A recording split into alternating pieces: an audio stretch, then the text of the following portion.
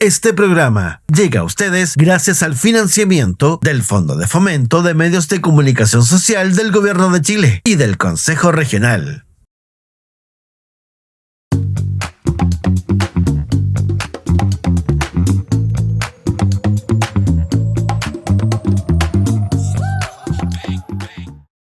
¿Cómo están, amigos? Gusto de saludarles en esta nueva edición de Ñuble, sus personajes y música.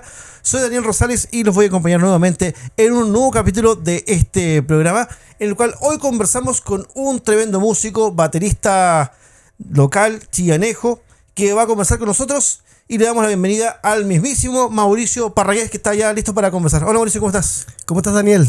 Todo bien por acá, en la sala estudio de Tucurio. Oye, esta es la sala estudio que estamos acá, bueno, conociendo, y la verdad que está bien buena. El sonido aquí es espectacular cuando los chicos ensayan, así que nada, pues.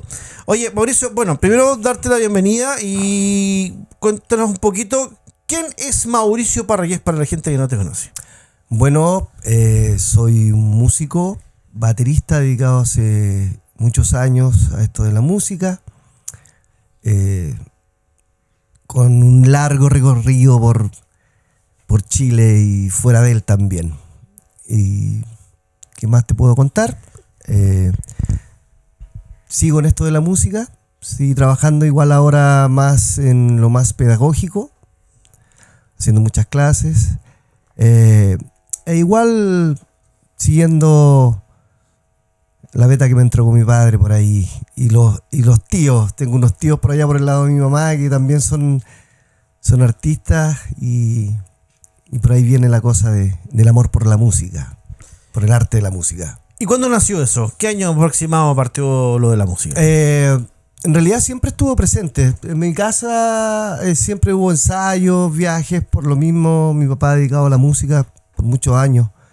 Entonces siempre fue constante ese bombardeo de melodía y armonía en mi casa. Era muy seguido ensayos allá con las bandas que tocaba mi papá.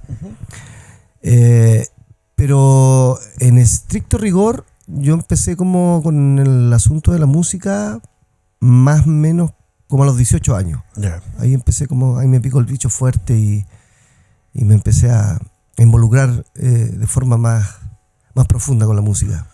¿Hay alguna canción que a ti te haya marcado un antes y un después en la vida, que te hayas dicho, yo me quiero dedicar a la música gracias a esta canción? Sí, me pasó cuando estaba en la adolescencia, de hecho, una vez escuchando un álbum, un cassette en esos años, de Silvio Rodríguez. Recuerdo que escuchaba mucho Silvio, me gustaba mucho la guitarra, aprendí como a tocar guitarra y estaba con el rollo de sacar las canciones de Silvio.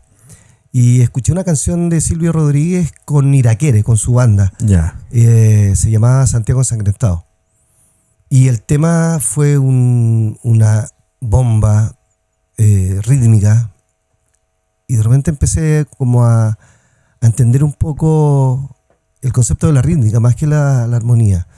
Y ahí fue como una apertura de mente muy potente. Y ahí en adelante siguieron muchos cultores, bateristas, bandas que eran como íconos en ese entonces, en el medio local y en el medio internacional. Igual escuché mucha música extranjera y nacional. Obviamente hubo una banda que fueron como mi soporte en ese entonces en cuanto al aprendizaje, los Jaivas, Congreso, Fulano. Esos fueron como mi referente de cierta manera en los estilos que posteriormente después empecé como a gustar más, digamos. Ya, perfecto. ¿Tú recuerdas cuál fue tu primer escenario? Mi primer escenario fue la Plaza de Armas de Chillán. En Plaza de Armas de Chillán, para este gran cambio cultural y político en este país, que fue el sí y el no. 88. 88, 89, claro, porque Elwin, cuando después fue lo de la presidencia, cuando entró Elwin, claro. El sí, el no. Sí, fue todo como el 88. Por eso te hablaba que como a los 18 empecé con esto de la música. Fue impresionante, así, tocar para miles y miles de personas y fue como Fue una locura. Sí, sí, muy fuerte. ¿Y qué pensaste después de que bajaste al escenario? Hubo la adrenalina a mil y yo dije, esto es lo que quiero hacer. Esto es lo que quiero hacer. Era como... Tú tenías 18 ahí. Ahí tenía 18, claro. Ya, perfecto. Tenía el año 88, sí. Ya, perfecto. Oye, ¿tienes alguna anécdota buena como artista que hayas pasado en todos los escenarios con los que has pasado, tanto en Chile como en el extranjero? Bueno, de lo que más como tengo recuerdo fue como, de hecho, precisamente no tocando, pero fue cuando los Jaivas vinieron a Chile, cuando ingresaron a Chile de nuevo. Uh-huh. Tenía como 15 años. Ya. Y mi papá me llevó al concierto. Y yo me perdí. De hecho, de la galería salté a la parte de cancha y me fui por la parte de atrás del escenario. ¿Ya? Y vi a Gabriel Parra en todo su esplendor tocando ahí. Y fue algo inolvidable hasta el día de hoy, de repente. Y ahí ya todo se nubló y se volvió música. Fue una experiencia muy fuerte. Me imagino. Oye, bueno, ¿cuál crees tú que es la mayor dificultad que has tenido como artista de todos estos años? Fíjate que no... Creo que he tenido la suerte, digo yo, de como vivir en un entorno musical. Uh-huh. Entonces, como por esa misma razón, nunca fue como tan complicado el poder desarrollarme como músico. Claro. Sí, había un escenario, digamos, muy pequeño. No habían muchas bandas en ese entonces. Habían muchas orquestas que tocaban para matrimonios, bautizos, en fin, había como toda esa onda. Yeah. Pero bandas de música original había muy pocas. Yo recuerdo en los años 60 y algo, 70, lo que va por acá cerca fueron Los Ángeles Negros. Uh-huh. Recuerdo que fue una banda muy potente. Y la banda que tocaba mi papá, me acuerdo se llamaban Los Discípulos, había otra banda que se llamaban Los Superfríos, Los Cristales. Ellos eran los que pululaban en ese entonces, en esos años. Entonces no había como una nueva cepa, uh-huh, en las que salieron después, posterior, de hecho más o menos contemporánea a mi tiempo. Uh-huh. Y ahí fue cuando empezamos con este cuento de la música y salieron las nuevas generaciones, que bueno, tocaban música de la época también, pero había como esa hambre creativa. Yeah. Y ahí empezó como recién el despertar un poco de acá. Y había muchos cultores, o sea, siempre ha existido en esta zona mucha gente muy potente, talento musical, artístico, pintores, en fin, músicos, literatos, sí. Entonces es como natural en esta zona. Fíjate que siempre se ha analizado un poco y es algo que está como en el aire.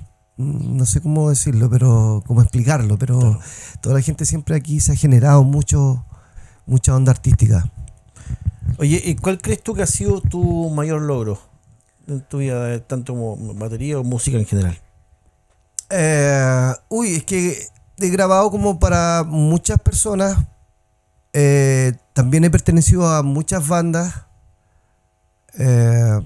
Recuerdo una con mucho cariño que fue Cálida, con la cual viajamos de acá de Chillán, nos fuimos a vivir a Valparaíso y ahí tuvimos unas grandes experiencias con esa banda. Fue de hecho la primera banda que empezamos a hacer música propia. Y bueno, y otra de las grandes cosas maravillosas que me ha pasado en la vida fue tener familia. Tener una hermosa esposa, unos hijos maravillosos, acompañado de esto de la música también. ¿Están vinculados a la música? Muy vinculados, absolutamente, yeah, sí. Y bueno, ¿alguno de tus hijos ya tiene algunas luces? Mira, fíjate que no, al contrario, o sea, siempre ha habido música en mi casa, pero Matías, que es el mayor, es más involucrado con la cosa como más tecnológica, con las nuevas tendencias de música, en fin. Pero la más chica, que es Francisca, ella está en tercero medio y ella dibuja increíble. O sea, es súper natural, nunca necesitábamos a eso. Es muy artística, canta muy lindo. Entonces, como nunca los presionábamos para que fueran, no, tiene que ser músico o X, no. Siempre dejé que siguieran sus caminos. ¿Y sabes lo que pasa? Yo he visto mucho que se da harto que en las familias donde hay un papá artista o una mamá artista, los hijos de por sí sacan dotes artísticos de forma natural, no solamente en digamos, la categoría de música que haga el papá o la mamá. Puede ser canto, batería, guitarra, sino que en otras se empeñan en otra actividad Otra artística. expresión artística, dibujo, sí, expresión sí, por artística. supuesto. Sí. Por supuesto. Entonces, claro, como ellos siempre también estuvieron rodeados de música, entonces es algo que también es cercano a ellos. Y lo decidieron o sea, nunca fue como presión para ellos, así como, oye, tienes que ser músico, en fin, no fue. Natural. Fue súper natural. Súper natural. No, Y es lo que saben los chicos ahora, adolescentes. absolutamente. Ahora, vamos a cambiar un poquito de tema. ¿Cómo tú ves la visibilización de los artistas de Ñuble? ¿Sientes que los artistas de la región tienen la suficiente notoriedad mediática, tanto en radio y televisión, en Ñuble? ¿Sientes que tienen toda la difusión necesaria? Mira, yo creo que al día de hoy, una de las cosas que ha sido, pero importantísima dentro de esto de la difusión de lo que tú me comentas, es la digitalización. Yo creo que ese fue un paso gigantesco para todas las expresiones artísticas. Antes recuerdo que la mayoría de las bandas tenían que grabar con un sello que los promoviera, en fin, y no había otra posibilidad de poder grabar tu música. Y hoy en día, de un tiempo a esta fecha, con todo este super boom de las cosas digitales, una banda se graba con un computador, así, bueno, después masterizar, en fin, ese todo un proceso. Pero ahora es mucho más accesible que hace un par de años atrás.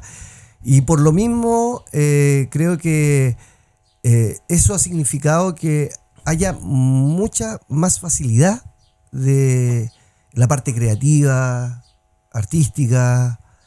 Entonces creo que se ha avanzado mucho. Siempre falta, o sea, pero no hay que ser como tan inconformista. Creo que se ha avanzado muchísimo.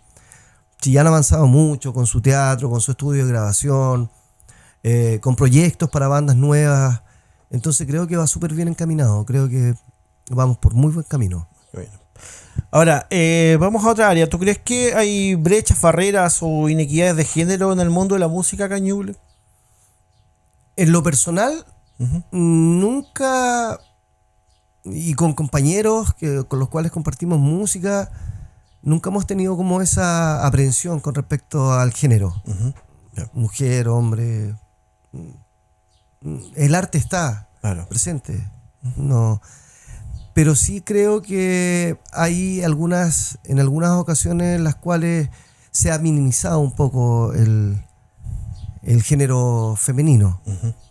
Lo cual no estoy para nada de acuerdo. Claro. Pero sí se ha avanzado harto. Bueno, parte de la base de que Chile es un país naturalmente machista desde hace mucho tiempo. Es como si yo lo comparara con otro país, por ejemplo México. México es un país súper machista.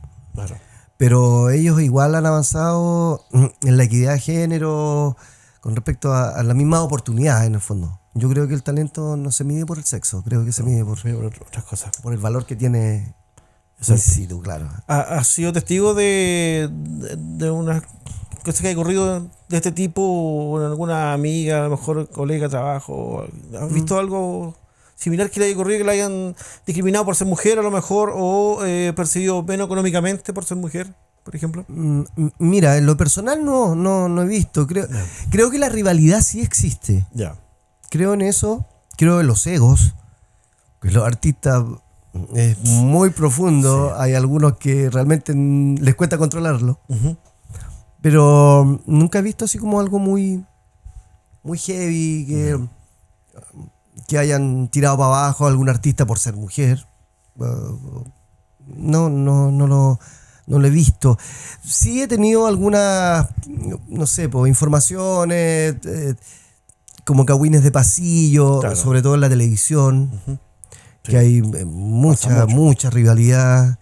Pero quizás como que mantenemos todavía ese estatus de que somos todos iguales. Yo en lo personal siempre he tenido esa convicción. Nunca he tenido como un recelo con respecto al arte por el género, no. Nunca ha sido como mi bandera de lucha, nunca, jamás. Me parece. ¿Y cómo crees tú que se debería enfrentar, parte de la gente debería enfrentar esto para lograr la equidad?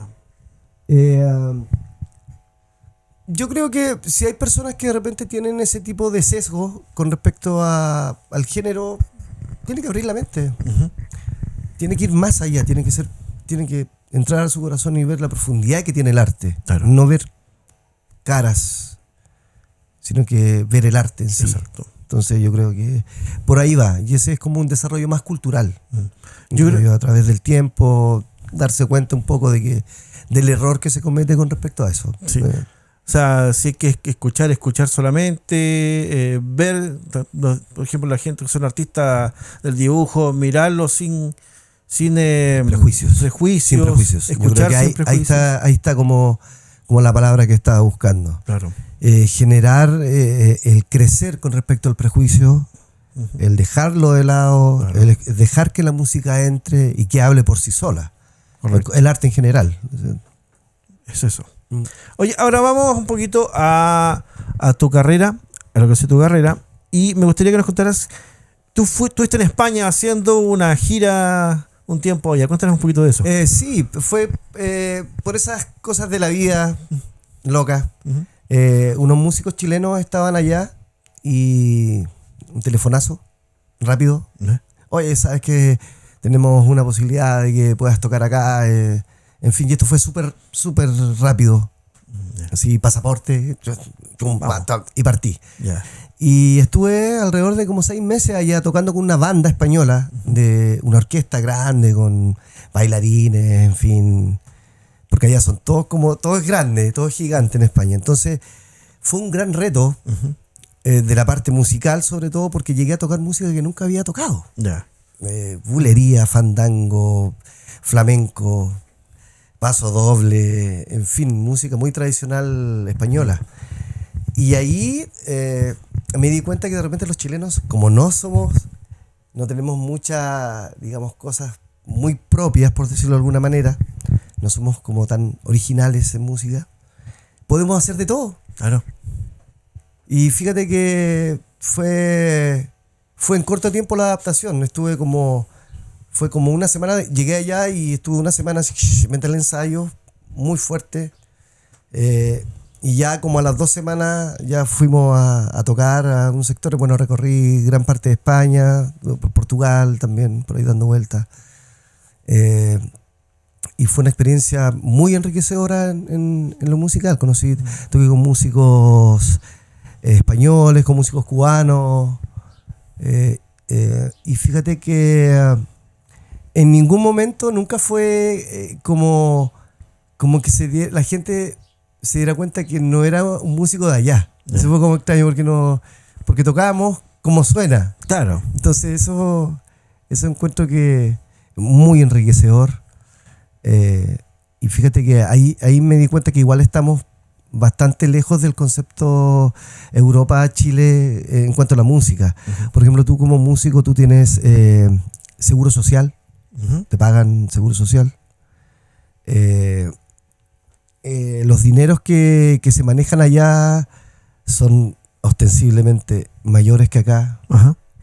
Bueno, porque también son países en los cuales España es un país que vive muchas fiestas durante todo el año, entonces hay muchísimas orquestas. Allá hay mucha lucha de calidad. Claro. O sea, la banda buena es la que la contratan. Entonces, todo súper preparado, buenos instrumentos. Mucha fiesta religiosa, además. También. Muchísimas. Incluye De música. hecho, las fiestas religiosas que se hacen allá, como España no tiene día de independencia, entonces ellos lo que celebran son vírgenes. Y por cada pueblo son como 7 a 10 días de fiesta por virgen. Así que multiplica pueblos. Ajá. Termina aquí, pasa al otro pueblo, o sea, es 5 meses de fiesta Ya. absoluta en todos lados de España. Entonces hay mucha banda, mucho colgorio, mucha fiesta. Mucha una cultura, locura, además. mucho. Y como es tan cosmopolita, está cerca, entonces la mayoría de los países de Europa van a España, Ya. van a sus fiestas, porque eso Claro. no paran. Sí, está todo cerca ahí, Francia, Y Italia. entonces todo se mezcla, entonces tú podías encontrarte con lo como cosmopolita del mundo, del arte, todo converge mucho en España, toda la parte artística. Fue muy enriquecedor, fíjate. Buena experiencia. Sí, absoluta. Ahora, vamos a otra área que yo creo que donde la gente más te conoce, que es tu participación, Cálida Magia como Cálida. Y bueno, ahí está, hay muy buenos recuerdos. Yo por lo personal tengo muy buenos recuerdos de ustedes y bueno, pasamos hartas cosas. Ahí nos conocimos. Ahí nos conocimos con Mauricio. Cuéntanos cómo sentiste tú tu pasada por esas bandas y qué recuerdos tienes. Esto fue alrededor del año 97, más o menos, claro. Yo igual estaba tocando con otras bandas también, grabando con otros músicos y se dio en una instancia como súper natural, fíjate. Me acuerdo que estaba Rodrigo, Canalla con David Riquelme, ellos tocaban en el Cactus en Chillán Viejo, tenían un dúo. Entonces, y un día conversando, planteó la idea, digo, oye, podríamos tocar juntos un día, así salió como medio humorada, y un día lo planteamos. Entonces, llevé la batería para allá, empezamos a tocar, y fíjate que fue algo, como dice el nombre de la banda, fue algo mágico. Tocamos y fue como súper natural. Y seguimos tocando, y empezó como a crecer un poco esta familia. Y con los chiquillos tocamos durante mucho tiempo, ese año, claro, 97, tocamos el 98, el 99, y el 99 decidimos irnos al Paraíso a probar suerte. Fue así, siempre estuvimos un año allá. Y pasaron cosas maravillosas también como banda. Ahí ya hubo mucha creación, vivíamos juntos. Claro. Entonces todos los días nos levantamos en la mañana y ¿qué hacíamos? Tocar. Crear, tocar. Entonces fue muy bonito, muy bonita experiencia. Después volvimos. Yo ese año 2000, cuando volvimos acá, me casé y teníamos la idea de volver, pero todo como que quedamos acá, como que nos asentamos de nuevo en nuestra ciudad y al final quedó ahí. Tocamos un par de años y después ya empecé a tocar con otras bandas, pero ese tiempo fue súper poderoso, también muy enriquecedor con mis amigos Rodrigo y David. ¿Hasta el día de hoy siguen tocando de repente? Sí, a veces nos juntamos, cada uno ya está como por su lado haciendo sus cosas. Pero cuando nos juntamos se produce esa magia increíblemente. De hecho ni ensayamos. No ha habido una disolución, digamos, sino que se ha mantenido en el tiempo. Cada cierto tiempo nos juntamos. Siempre ha sido, es como el pololeo eterno. Claro. Sí. Oye, y ahora, ¿en qué estás? ¿En qué parte de tu vida estás? ¿Con qué estás tocando? Sí, mira, bueno, después, como hilando un poquitito con Calidad, después de Calidad, también empecé a trabajar con bandas como orquesta, acompañando festivales, y en uno de esos festivales conocí a una banda acá, también reconocida acá de la zona, que se llaman Sweet. Sweet, claro. Sí. Y ellos me pidieron el número telefónico porque el baterista iba a terminar su carrera. Cuento corto que me llamaron por teléfono, una prueba, y empecé a tocar con ellos. Y toqué con ellos muchos años. Viajé harto con ellos. También es una banda de cover súper potente, súper profesional. ¿Son argelinos ellos? Mucho. Son argelinos ellos, Pablo y Claudio. Pablo Porma y Claudio Uchalaf. Grandes amigos también. Y con ellos estuve hasta más o menos 4 años atrás. Claro que ya dejé de tocar porque ahí bajé un cambio más o menos potente. Volví como a la ciudad. Empecé a trabajar en un colegio. A impartir más en el rollo más pedagógico, clases, trabajar con niños en la parte de música, y a la vez empezamos a trabajar con un proyecto que tenemos ahora con Rodrigo, me siguen los Rodrigo y Felipe, que la banda se llama El Tugurio de Camus, y es una banda experimental de música de rock progresivo, y con ellos estoy trabajando hace ya 3 a 4 años más o menos que estamos en esto. Antes de la pandemia incluso. Estábamos ahí, pero como todo se detuvo un poquitito con todo este problema pandémico.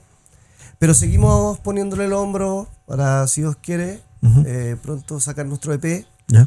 Y en lo musical es como eso es lo que estoy haciendo. Bueno, y ahora actualmente también tocando con Pamela y los Cracks, que es una banda también acá de la zona de Chillán. Un saludo a Ramón, a la Pamela, Felipe. La Pamela estuvo en el primer capítulo. Sí, de hecho ella me contó y muy grato trabajar con ellos también, muy profesionales. Bueno, y viste que vamos a escuchar algo de música y me prometiste que vamos a escuchar música, así que cuéntanos qué es lo que vamos a escuchar ahora para despedirnos. Sí, mira, vamos a aprovechar la instancia de esta entrevista. Gracias por tu entrevista, Daniel, se agradece. Queremos mostrar un poquitito la música que estamos haciendo. y dentro de los cuales son 2 temas que vamos a hacer. Uno se llama Atlántico y el otro Prefrontal. Y son temas musicales, no hay cantante. Ya. Nos aburrimos los cantantes. Claro. No agarran nunca nada, puro micrófono. Nada de música. Entonces, Será de Sí, vocalista. mostrar un poquitito el trabajo que estamos haciendo y con harto ñeque y para las nuevas generaciones también mostrar la música para nuestros nietos, nuestros hijos y las futuras generaciones de músicos, que aquí se hace buena música en Chillán City. Sí, por supuesto. Y Ñuble entero también. Ñuble entero, Sí, absolutamente, Chile, el mundo. Oye, Mauricio, para terminar, ¿algún mensaje, micrófono abierto, lo que tú quieras decir y manifestar? Adelante. Bueno, primero, nuevamente darte las gracias por esta entrevista. Decirles que la música es maravillosa, necesita disciplina. Al contrario de que se piensa que todo esto es una bohemia, el carrete, que no falta, en fin. Claro. No, si tú amas realmente la música, ponele todas las ganas que tengas, todas. No te quedes con nada. Escucha mucha música. ¿Qué más te podría decir hacia las nuevas generaciones, sobre todo? Crean en sus trabajos, no se echen a morir por las críticas, todo lo contrario. Si hablan es porque algo bueno se está haciendo, Claro. independiente de que hablen bien o hablen mal, filo. Crean en su propio ser y que Dios los bendiga a todos. Muchas gracias, Mauricio, por darnos tu tiempo para esta entrevista y conversar No, con gracias a ti, Daniel. nosotros. Y que siga la música Eso. por siempre. Y nosotros nos quedamos con la Forever. Forever y and Ever. Nos quedamos entonces con la música de esta banda llamada El Tugurio de Camus. El Tugurio de Camus. Muchas gracias, chicos, que estén muy bien y que nos quedamos con la música del Tugurio de Camus. Chau, chau. Bye.